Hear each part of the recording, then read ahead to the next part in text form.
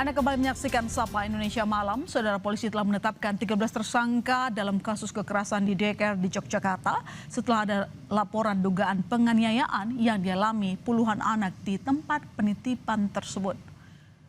13 orang tersangka ini berasal dari yayasan yang menaungi tempat penitipan tersebut, diantaranya kepala yayasan, kepala sekolah, dan 11 pengasuh. Terkait motif, polisi masih mendalami peran dari masing-masing tersangka. Seluruh tersangka dikenakan pasal dan denda sesuai ketentuan yang berlaku. Jumlah korban kekerasan di daycare sebanyak 53 anak. Dalam proses tersebut, petugas menemukan adanya dugaan perlakuan tidak layak terhadap anak-anak yang berada dalam pengasuhan di tempat tersebut.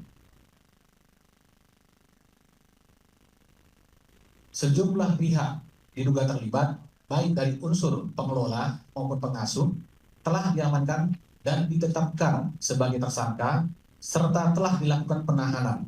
Selain itu, penyidik juga telah mengamankan sejumlah barang bukti yang berkaitan dengan perkara ini. Para tersangka dikenakan ancaman pidana penjara dan atau denda sesuai dengan ketentuan hukum yang berlaku. Menteri Pemberdayaan Perempuan dan Perlindungan Anak Arifah Fauzi memastikan seluruh korban akan mendapatkan pendampingan psikologis secara komprehensif.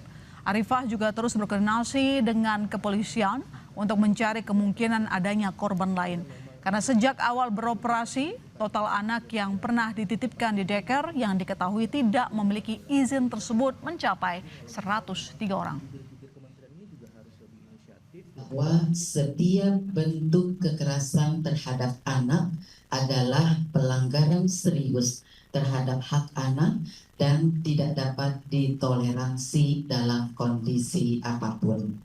Seluruh korban mendapatkan perlindungan serta pendampingan psikologis dan hukum secara komprehensif. Yang ketiga, dilakukan penelusuran menyeluruh untuk memastikan tidak ada korban lain yang terabaikan. Kasus ini juga menjadi pengingat penting bahwa sistem pengawasan terhadap layanan pengasuhan anak, khususnya daycare, masih perlu diperkuat. Daycare sebagai tempat penitipan anak yang harusnya jadi rumah aman bagi anak-anak malah mengguncang rasa aman para orang tua setelah polisi mengungkap adanya perlakuan tidak pantas terhadap 53 anak di daycare Yogyakarta. Lantas, apa peran masing-masing tersangka dan apa motifnya? Kita tanyakan langsung kepada Kasat Reskrim Polresta Yogyakarta, Kompol Rizky Adrian. Selamat malam, Kompol Rizky. Selamat malam, Mbak Ilona. Ya, jadi sejauh ini apakah sudah dapat dipastikan motif tersangka? Jadi terima kasih. Telah kita lakukan penetapan tersangka sebanyak 13 orang yang tadi telah disampaikan oleh langsung sama Bapak Kapolres, yang mana motifnya sampai saat ini masih motif ekonomi, yang mana kepala yayasan menerima siswa terus-menerus sehingga over kapasitas, yang mana seharusnya satu pengasuh itu membawahi tiga bayi, ini sampai 7 sampai 8 bayi satu pengasuh. Ya, jadi peran masing-masing ke-13 orang itu apa saja? Jadi kita membagi ke dalam 2 klaster, Mbak. Yang pertama di bagian pengurus kita tetapkan tersangka yaitu ketua yayasan dan kepala sekolah, yang mana menurut keterangan para tersangka pengasuh, mereka ini melakukan pembiaran dan menyuruh secara lisan untuk melakukan perbuatan-perbuatan yang tidak manusiawi tersebut kepada bayi-bayi tersebut. Oke, Pak. Kejadian ini atau kekerasan dilakukan ini sudah berlangsung berapa lama? Daycare-nya sendiri berdiri sejak kapan? Jadi kalau untuk sudah berapa lamanya, memang untuk yayasan sini sudah berdiri dari tahun 2021. Namun ini akan sedang kita dalami. Namun dari keterangan para tersangka yang telah kita lakukan penahanan, dari semenjak mereka bertugas atau kerja di situ sekira 1,5 tahun sampai 1 tahun yang lalu, itu sudah seperti itu. Oke. Proses Tapi kan prosesnya. Pak, kalau selama setahun tersebut mereka sudah melakukan tindakan kekerasan, apakah tidak ada orang tua yang curiga? Misalnya ada bekas memar atau mungkin bekas lakban? Jadi keterangan itu baru kita dapati dari para orang tua, Oke. bahwa orang tua selalu mendapat apabila anaknya luka atau lebam, itu disampaikan sama pengurusnya bahwa anak itu kelahi atau jatuh di yayasan tersebut. Sehingga orang tua percaya gitu Hmm. atas alasan tersebut. Oke, Pak, 13 tersangka, tapi sebenarnya jumlah pengasuh di daycare dan semua orang terlibat ada berapa orang? Ini sekitar 25 orang. Oke, 25 orang tersebut masih 13 orang jadi tersangka. Selama ini, apakah tidak diketahui oleh semua pihak bahwa ada perlakuan kekerasan? Karena tadi Bapak sampaikan, memang ini sudah over capacity. Ini Mbak, ini kan proses tetap berlangsung. Kami juga tidak menutup kemungkinan ada penambahan tersangka dalam kasus ini. Ada kemungkinan penambahan tersangka. Lantas pemeriksaan lanjutannya kapan, Pak?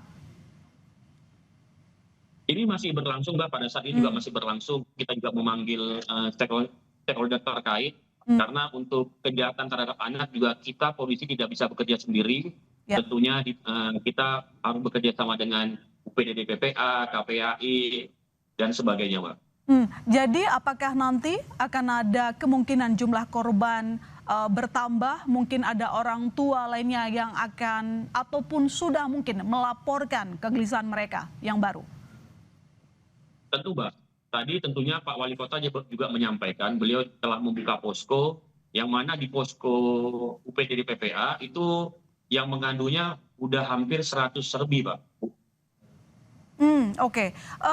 Pak, Tapi kan tentunya itu 100 lebih itu ada dari orang tua yang sudah tidak menitipkan anaknya di situ, namun dulu mungkin curiga, bekas luka dan sebagainya gitu. Tapi dari penyelidikan pihak kepolisian sejauh ini, itu kan satu gedung ya Pak?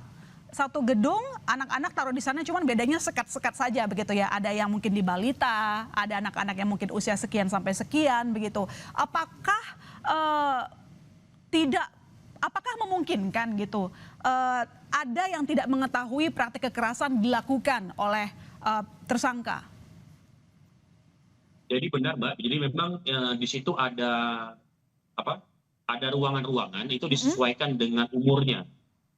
Tentunya kalau emang kita itu pasti mereka mengetahui, makanya kita butuh pendalaman siapa berbuat apa dan melakukan apa pada saat itu.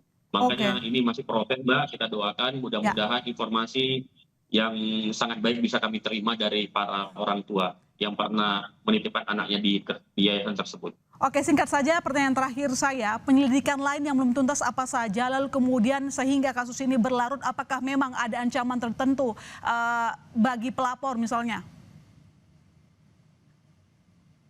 Jadi tadi juga dari hasil Bu Menteri juga nanti kita akan kenakan ke pengembangan korporasinya Mbak, ke yayasannya.